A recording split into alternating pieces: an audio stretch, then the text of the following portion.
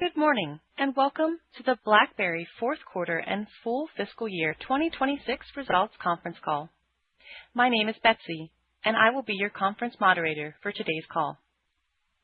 During the presentation, all participants will be in a listen-only mode. We will be facilitating a brief question and answer session towards the end of the conference. Should you need assistance during the call, please signal a conference specialist by pressing star 0. As a reminder, this conference is being recorded for replay purposes. I would now like to turn today's call over to Suzanne Spira, Senior Director of Investor Relations, BlackBerry. Please go ahead. Thank you, Betsy. Good morning, everyone, and welcome to BlackBerry's fourth quarter and full fiscal year 2026 earnings conference call. Joining me on today's call is BlackBerry's Chief Executive Officer, John Giamatteo, and Chief Financial Officer, Tim Foote. After I read our cautionary note regarding forward-looking statements, John will provide a business update and Tim will review the financial results. We will then open the call for a brief Q&A session. This call is available to the general public via call-in numbers and via webcast in the investor information section at blackberry.com. As part of today's webcast, presentation slides will be displayed. The slides are also available on the investor information section at blackberry.com, as will the replay of today's call. Some of the statements we'll be making today constitute forward-looking statements and are made pursuant to the safe harbor provisions of applicable U.S. and Canadian securities laws. We'll indicate forward-looking statements by using words such as expect, will, should, model, indeed, believe, and similar expressions. Forward-looking statements are based on estimates and presumptions made by the company in light of its experience and its perception of historical trends, current conditions, and expected future developments, as well as other factors that the company believes are relevant. Many factors could cause the company's actual results or performance to differ materially from those expressed or implied by the forward-looking statements. These factors include the risk factors that are discussed in the company's annual filings and MD&A. You should not place undue reliance on the company's forward-looking statements.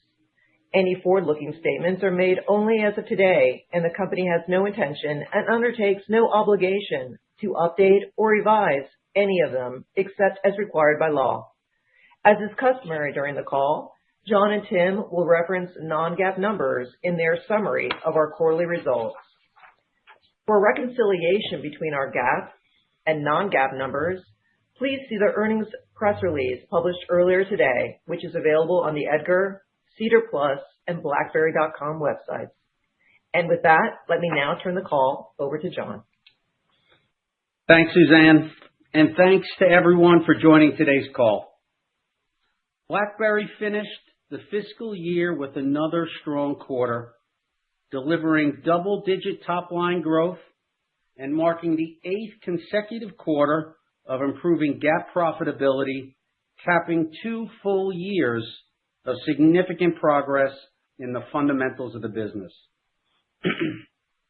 When this new management team was appointed, we promised to turn around, to transform BlackBerry into a profitable growth company, and I'm pleased to report that we've done exactly that. These are not just data points or even a trend, but a consistent track record of delivery. The turnaround is complete, and the BlackBerry story is now a growth story. QNX delivered another Rule of 40 quarter, rounding out a Rule of 40 year. We achieved the 2nd consecutive record for revenue in the quarter, exceeding the top end of the guidance range at $78.7 million, representing 20% year-over-year growth. The nature of the business means, building on a solid and underappreciated Q3, we believe QNX is as strong as ever. Revenue was driven by a record quarter for royalties, and development revenue had its best quarter of the year. We are delighted to report that QNX royalty backlog continues to grow, increasing to approximately $950 million. We added significantly more into the backlog than we recognized in the P&L this year. The backlog provides QNX with a line of sight to ongoing multi-year durable revenue growth that few companies enjoy. Consistently adding backlog year after year, significantly above the rate it is recognized in the P&L, is a key indicator of future revenue growth potential. This is not a business that is slowing down, but rather one that is compounding, powered by our continued leadership in automotive and growing momentum across physical AI, robotics, industrial, medical, and emerging markets. The royalty engine is just getting started, and we're more excited than ever about the future of QNX. It is important to reiterate that QNX's growth should not be judged from quarter to quarter.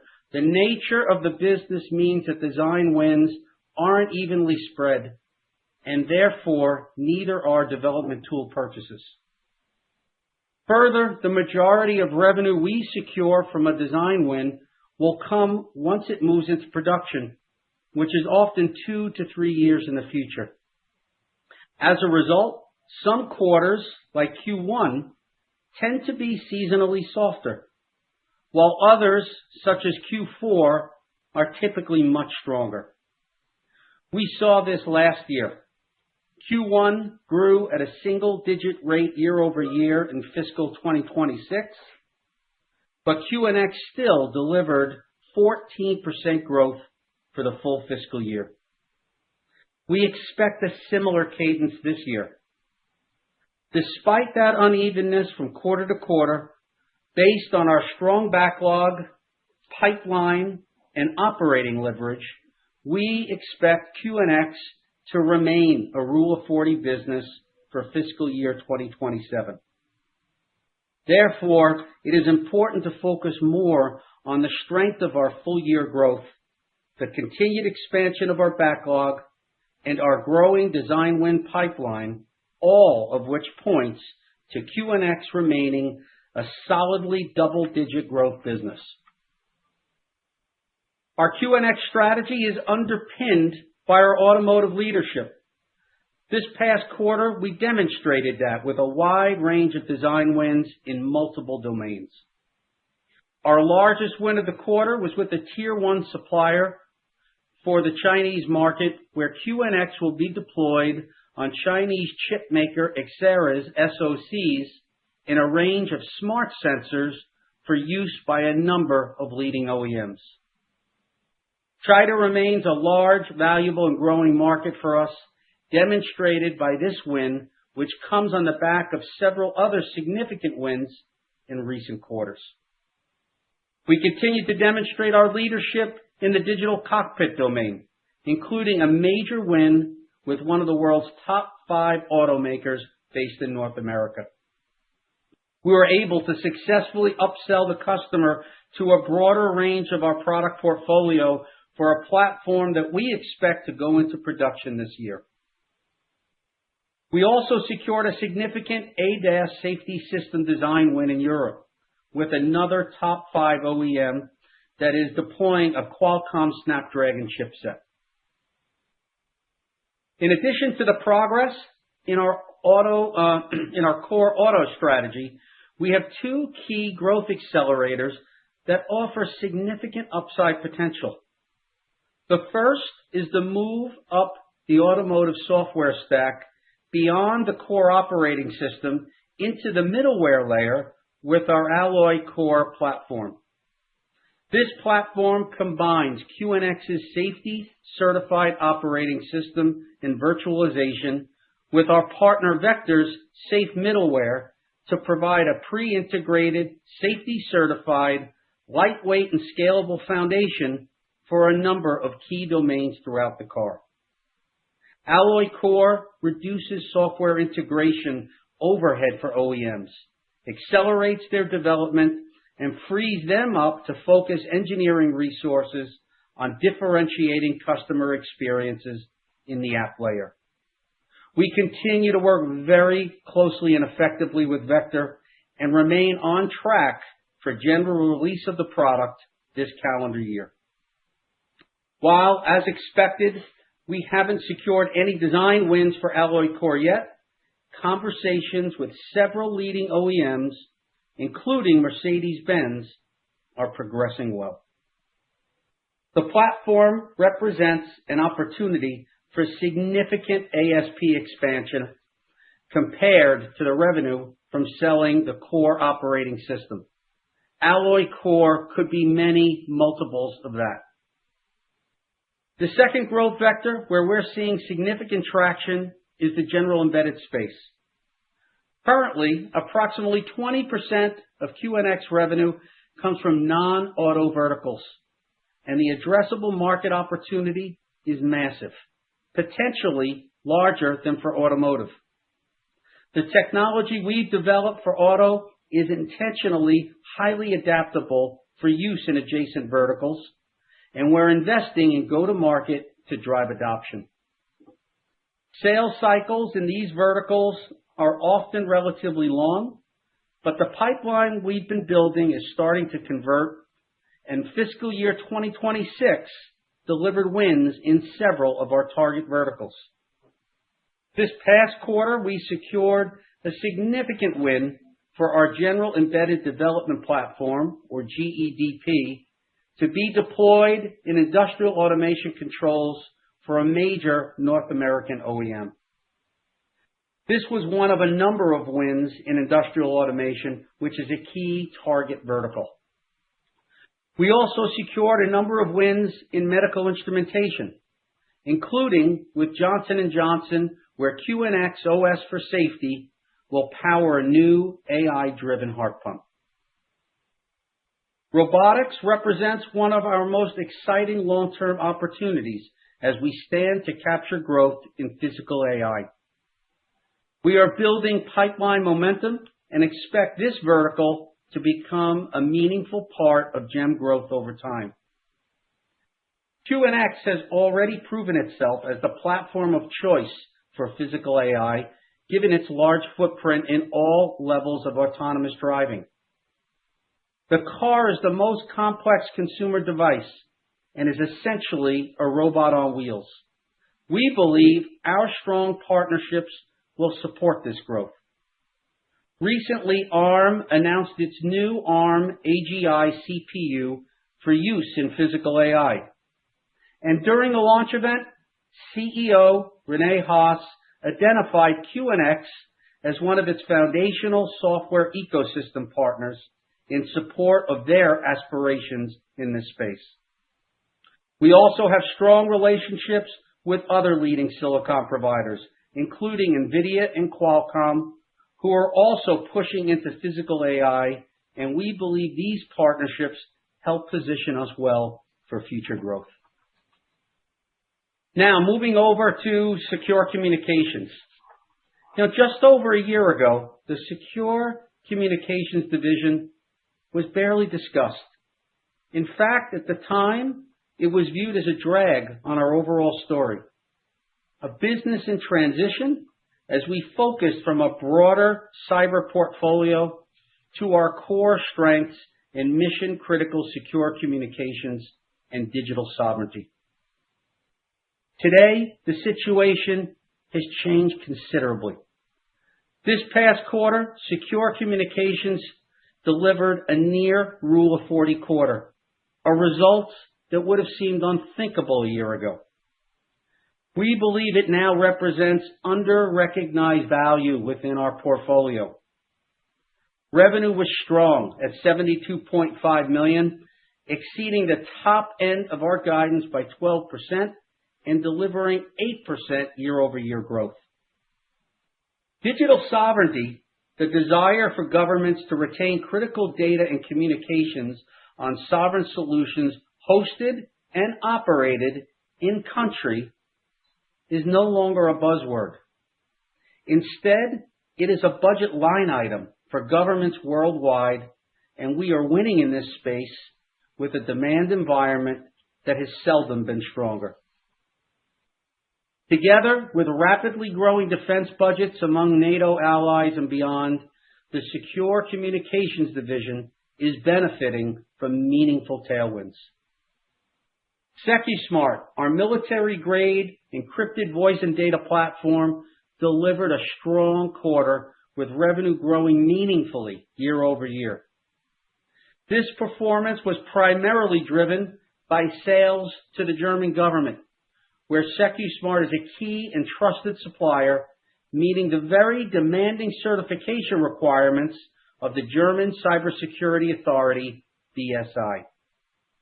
Our investment in the platform to support iOS devices, in addition to Android, has driven a significant market opportunity for us with the German government, and we see a strong pipeline of opportunities as we head into fiscal year 2027. Outside of Germany, we were thrilled to announce a multi-year extension and expansion to our contract with Shared Services Canada. SSC is the Canadian government agency responsible for delivering and operating IT infrastructure and digital services for most federal agencies. As part of the deal, the Canadian government has significantly expanded its number of SecuSmart licenses. This will help drive a strong start to fiscal year 27, with meaningful revenue from this deal expected in the new fiscal year. Other wins in the quarter included NATO and the Malaysian Anti-Corruption Establishment. UEM continues to stabilize. Although full-year revenue declined year over year, the renewal rate continued to improve, and the value of multi-year deals increased by 47% year over year. In Q4, we secured a number of new logo wins, particularly by capitalizing on the BSI certification in Germany, and where UEM is sold in conjunction with SecuSmart. This quarter's wins were global and included the IRS, the German Bundesbank, the Council of the European Union, the Netherlands Rijkswaterstaat, as well as Switzerland's Bank Julius Baer. Ad hoc, our critical events management solution, had a solid quarter and full year, recording double-digit year-over-year revenue growth for Q4 and high single-digit growth for the full fiscal year. This past quarter, we secured expansions and renewals with a number of customers, including the U.S. Air Force, the U.S. Coast Guard, and the U.S. Department of Treasury, as well as a new logo win with Australia's Department of Foreign Affairs and Trade. Key metrics for the Secure Communications business indicate an inflection point. Annual recurring revenue, or ARR, for Secure Comms increased by $2 million or 1% sequentially to $218 million, which is $10 million or 5% growth year over year. Dollar-based net retention rate, or DBNRR, also improved by 2 percentage points sequentially to 94%, 1 percentage point higher than in Q4 of the prior year. Another reason we're confident in the durability of BlackBerry's growth is the competitive moat we enjoy across our QNX and Secure Communications businesses. This moat is multi-layered and importantly addresses the concerns investors have today about AI and software models. Let me give you 3 reasons why we believe our moat is durable. The first is that our QNX pricing model is different from traditional seat-based SaaS models. The majority of QNX's revenue is consumption-based, primarily driven by royalties tied to the number of high-performance systems powered by QNX in cars, robots, and other intelligent edge devices rather than seat-based licenses. Second, our software is embedded in the most demanding, highly regulated, safety-critical use cases imaginable, where users' lives depend on the software working exactly as it should. AI is probabilistic by nature, meaning outputs can vary. But the QNX platform is deterministic, delivering the same result every time without exception. That distinction matters enormously when our software controls a vehicle's safety features such as adaptive cruise control or autonomous drive. We have built deep trust with customers through decades of flawless execution backed by certifications such as the rigorous ISO 26262 standard for functional safety. The stakes are high and the cost of failure could be catastrophic. And the benefit of replacing a proven, certified platform for a marginal price saving, in our view, is not a trade-off that any responsible OEM will make. As a relatively small portion of the bill of materials, we see the risk and reward equation heavily skewed to our favor. The third is cost of delivery. QNX's scale across the automotive and other verticals drives a cost of delivery advantage that individual OEMs attempting to build and maintain their own solution, even with AI tools, cannot match. On the secure comms side, our products are deployed in mission-critical, highly regulated, highly sensitive environments. The license to operate in those environments comes in the form of hard-earned certifications which assess people and processes as long as long-standing customer relationships that take years to build. Far from being complacent, we see AI as a net tailwind for our business rather than a threat. QNX is positioned to be a critical enabler for physical AI, where there is zero margin for error, and learnings from our leadership position in demanding automotive environments serve as a perfect blueprint. Further, in the hands of our R&D experts, powerful new AI tools increase productivity, accelerate development cycles, strengthen our competitive advantages, and enhance the operating leverage already embedded in our model. Touching briefly on licensing revenue came in at $4.8 million, slightly below guidance due to quarterly variation in returns from pre-existing arrangements that are not indicative of any change in the underlying business. And with that, let me now turn the call over to Tim, who will provide further details on our financials. Thank you, John, and good morning, everyone. Earlier, John described how both QNX and Secure Communications delivered stronger than expected revenue. This past quarter, we saw the impact of this year-over-year revenue growth in both divisions and for BlackBerry overall. QNX gross margins expanded by 1 percentage point to 84% on record revenues of $78.7 million. Further, this drove an 11% year-over-year growth in adjusted EBITDA for QNX to $21.4 million, representing 27% of revenue for the quarter.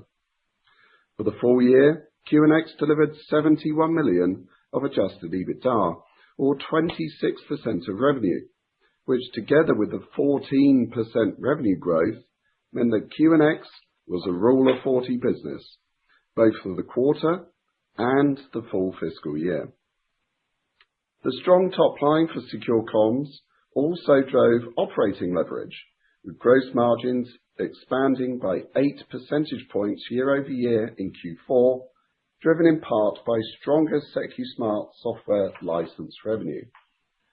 This translated into a 27% adjusted EBITDA margin for Secure Comms, growing to $19.5 million for Q4 and $56.1 million for the full year, well ahead of guidance from this time last year. Our licensing business contributed $6.3 million of adjusted EBITDA in the quarter and $21 million for the full year. This relatively passive income stream remains a solid source of both profitability and cash flow for BlackBerry. Adjusted operating costs, excluding amortization for our corporate functions, came in at $11.1 million in Q4 and $41 million for the full fiscal year. Tight cost control reduced corporate overhead by 5% year-over-year in fiscal year 2026. Pulling this all together, BlackBerry had a very strong fiscal quarter and solid fiscal year. Total company revenue grew 10% year-over-year in Q4 and 3% year-over-year for fiscal year 2026. For the quarter, year-over-year, gross margins expanded by approximately 5 percentage points to 78.2%, and adjusted EBITDA margins by 8 percentage points to 23%. For Q4, BlackBerry generated $36.1 million of adjusted EBITDA, driving full-year performance exceeding the top end of our guidance range at $107.1 million. Adjusted earnings per share for Q4 also beat the top end of the guidance range at 6 cents.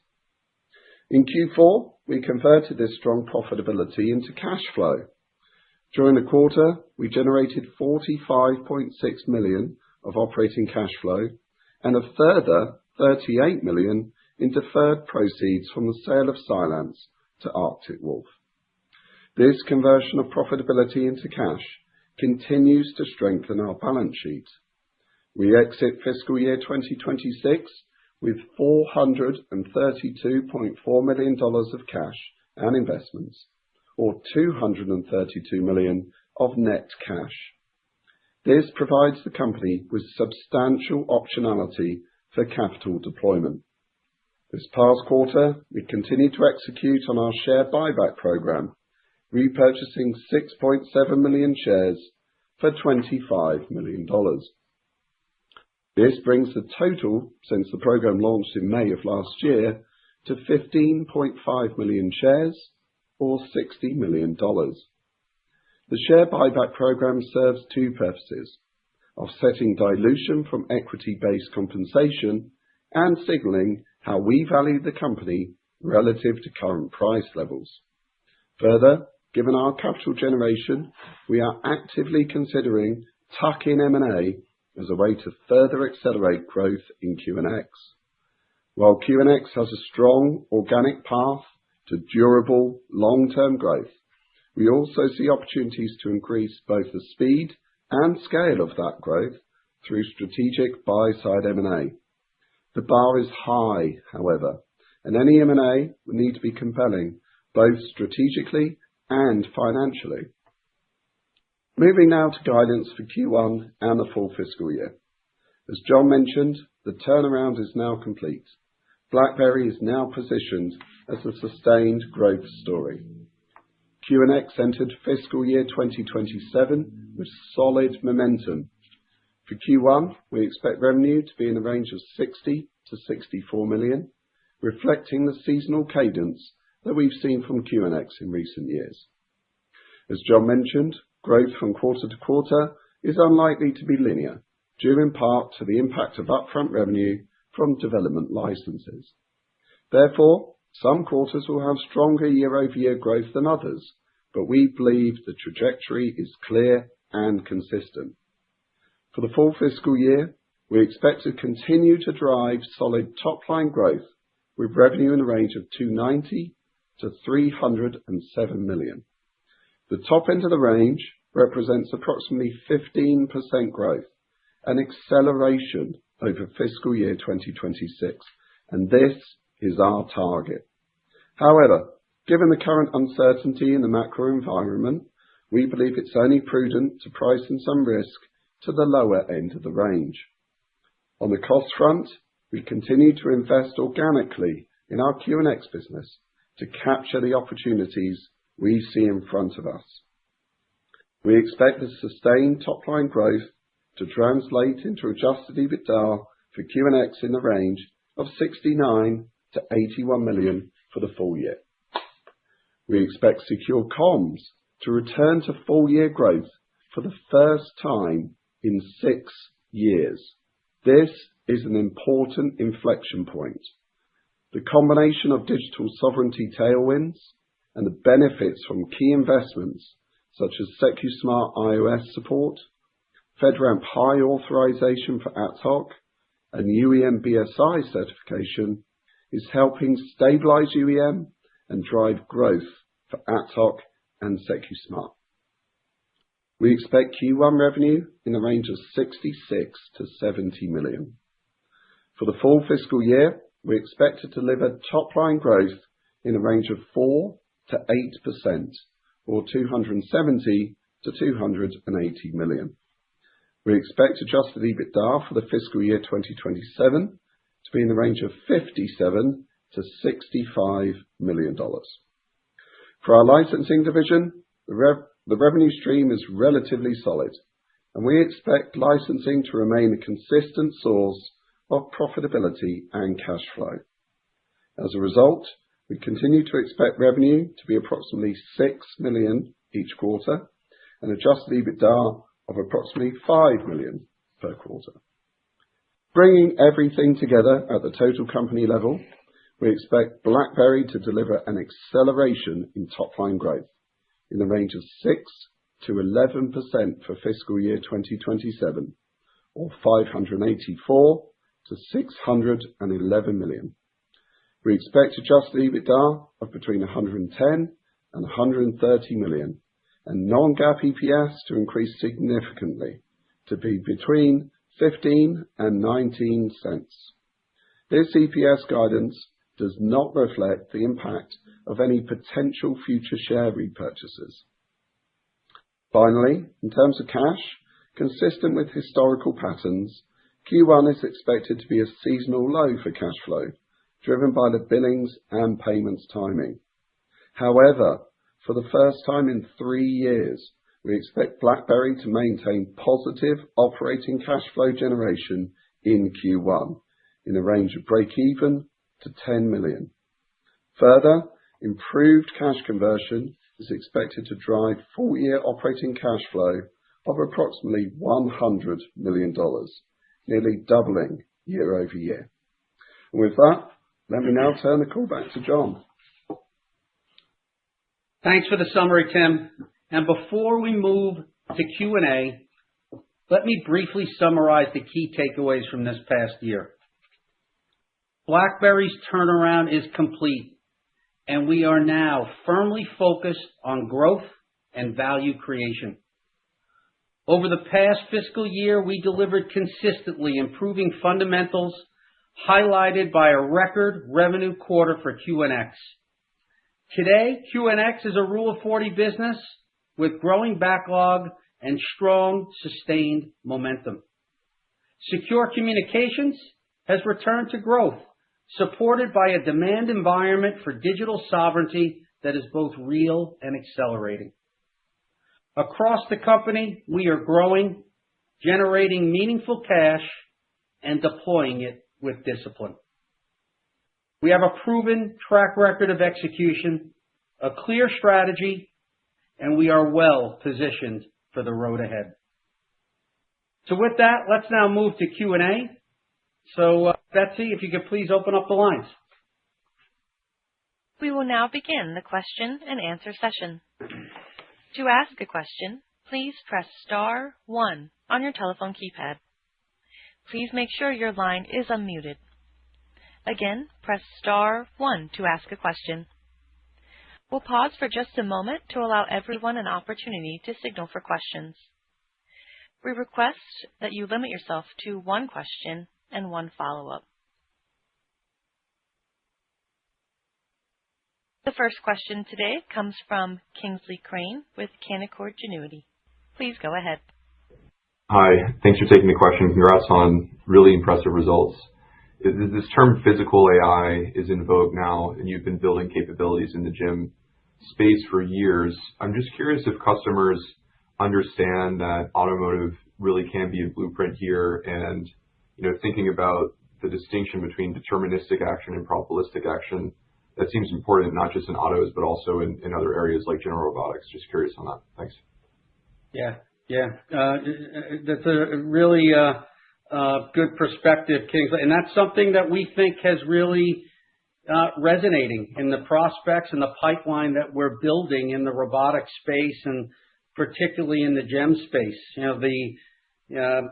The credibility that we have in the automotive space, with autonomous and all the safety certified capabilities that we provide there, really translates so well into an environment like physical AI. And I think for that reason, we get a lot of looks at new opportunities that maybe others don't, and maybe we wouldn't have had in the past. But we think the combination of leveraging that subject matter expertise, the building out of our go-to-market function, and some of the partnerships that we have there, we're really starting to see some solid pipeline develop.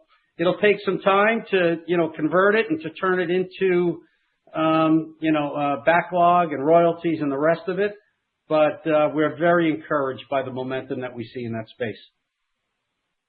Thanks, John. Really helpful. And for Tim, look, the ASPs on the GEM wins are meaningfully higher than automotive. Could you just remind us of the delta between those, and would these opportunities in physical AI meaningfully expand that further? Yeah, great question, Kingsley, and great to speak with you. So one of the things, obviously, is the volume equation. When you look at auto, you have some very significant volumes in terms of production runs, and you don't typically see that in GEM. But quite often in this space, particularly things like robotics and physical AI, right now it's speed to market. That's the most important thing, as opposed to sort of driving gross margins for the OEMs themselves. So what we're seeing is less price sensitivity on that side of the house. What we see is ultimately the growth story is to have more instances of QNX running with more layers of software as well. And physical AI, as John mentioned, being a really compelling safety critical use case, is a really high performant edge compute type environment that we really would excel in. So yes, we believe that as GEM starts to grow as a portion of the overall pie, because it is growing pretty fast right now, that could be pretty accretive to our gross margins going forward.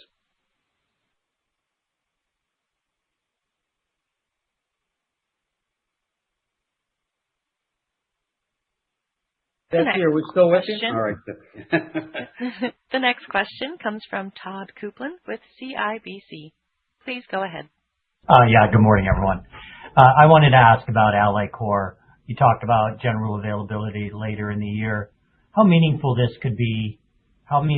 could this be to your backlog? Maybe put that into the context of the 950 you just reported. Yeah. Todd, I will tell you, Tim and I talk about this all the time. We think this is one of the most underappreciated, part of the business in terms of the upside potential that we have to this current year, because we're finding more and more OEMs are looking for us to do more and more of this kind of partnership with the likes of Vector. So the pipeline for that is growing significantly, and we do think it can have a meaningful impact to the overall backlog. We're confident on rolling it out in time, and we're also confident in converting a number of opportunities that are pretty progressing really, really well. So it's hard to put a specific number on it. It'd probably be inappropriate for me to do that.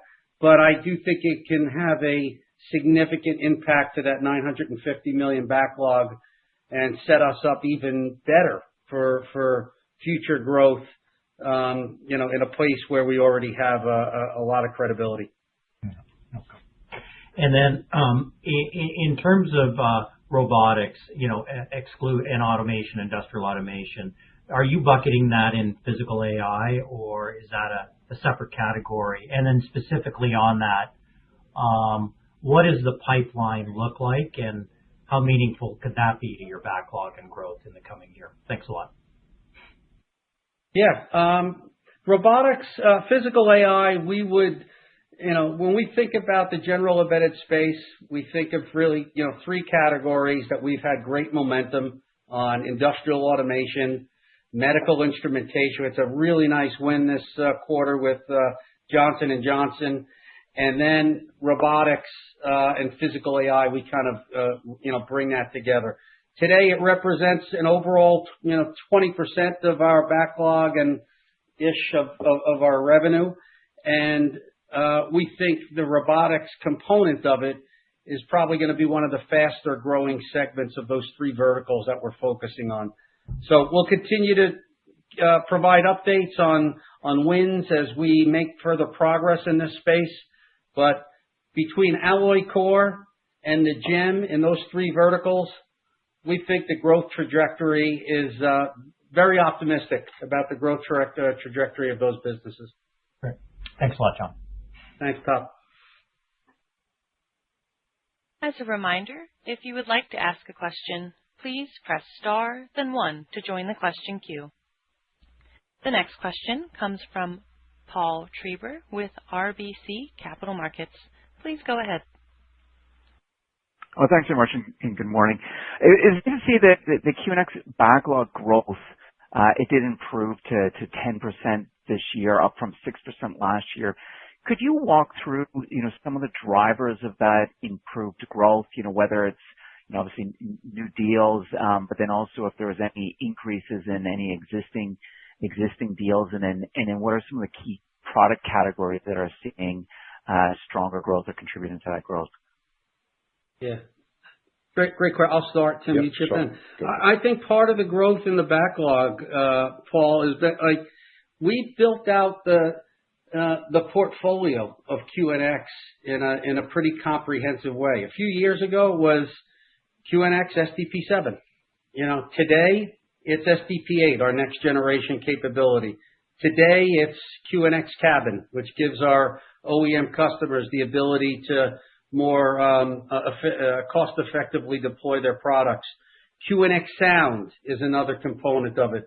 Alloy Core is another component. So what was I think a more limited focus in the product portfolio is a much broader set of capability. And some of the wins this quarter with major OEM in North America, where we've kind of gone deeper and richer with some of these other capabilities. So having a broader portfolio within the auto space has, I think, been really, really helpful. And then obviously we've already talked a little bit about the GEM momentum in those three verticals. So the combination of all of that is, I think, what helped us resulted in a really strong backlog number for the year. And then secondly, just on investments that you're making, looking at guidance, it implies 20% EBITDA margins at the midpoint, basically flat, despite, revenue growth. So obviously you're making investments. Could you, walk through what are some of those larger investments, and then also if you still expect leverage off corporate overhead and other cost efficiencies? Yeah, really good question. So ultimately, we've got a very strong balance sheet, Paul. So what we're looking to do is obviously deploy that capital intelligently to drive growth. We see now, as John mentioned, we turn to a growth story. We see value creation going forward, coming primarily now from top line growth and the operating leverage that drives. So when we look at the QNX business, we see significant growth opportunities in many different ways. So obviously backing the Alloy Core opportunity, driving forward with a full portfolio in the SDP8 launch, making sure we've got the right go-to-market for GEM. So we're backing all of those things. So looking at the QNX guide for the year, we're actually sort of holding EBITDA relatively flat, and that's a deliberate choice. We're making those investments in R&D and in sales and marketing to really drive that top line growth. Now going forward, we see opportunities then for further leverage to come in the future. But for this year, we're really focused on that. The other part you mentioned was the corporate overhead. I think we've done some tremendous heavy lifting over the last couple of years and taken out significant amount of cost. Now, we continue to take a very close look at every single dollar that we deploy across the business, but particularly in the corporate overhead. So when longer term contracts are coming up for renewal, we're taking a hard look at those and seeing, do we really need it? Can we downsize it? Are there alternatives? So what I'd say you'd expect to see this year is actually a further decrease in corporate overhead from, I think it's 41 million, maybe take 4 or 5 million off of that going into the new year. But I don't think cutting cost is really now the main focus. We've turned the page on that, Paul, and we're really looking to drive top line growth. Thanks for taking the questions. The next question comes from Stephen Lee with Raymond James. Please go ahead. Thanks. Hey, guys. A quick one. How did share count jump to 643? I'm drawing a blank here, Tim. Thanks. 643? No, Yeah. I don't think that's right. It's fine. It's not? I mean, the diluted share count was 643 for the Q4. No, the share count should have come down. We're just scrambling to see all the numbers. We've gone from 590 basic down to 588, and that's really a function of the buyback. Continue to aggressively, particularly. And then on the diluted share count? We need to take a look at that, Stephen, and come back to you. Okay. All right. Sounds good. Thanks. I would like to turn the call back over to John Giamatteo, CEO of BlackBerry, for any closing remarks. Terrific. Thank you, Betsy. Thanks, everybody, for being part of the call today. Before I wrap up, I just want to make a quick note that our QNX team is going to be in Boston on May 27th and 28th for the Robotics Summit and Expo, one of the industry's largest events. John Wall will be opening the conference as part of a keynote there, and he'll also be on a panel with leaders from Amazon Robotics, Universal Robots, and Locus Robotics. The team will also be showcasing the latest of our QNX innovations and how we provide the trusted foundation that robotics and physical AI systems rely on to operate safely and predictably in the real world. So if you're in the area, please stop by. We'd love to see you there. And with that, thanks for joining today's call, and we'll see you all next time. This concludes today's call. Thank you for your participation. You may now disconnect.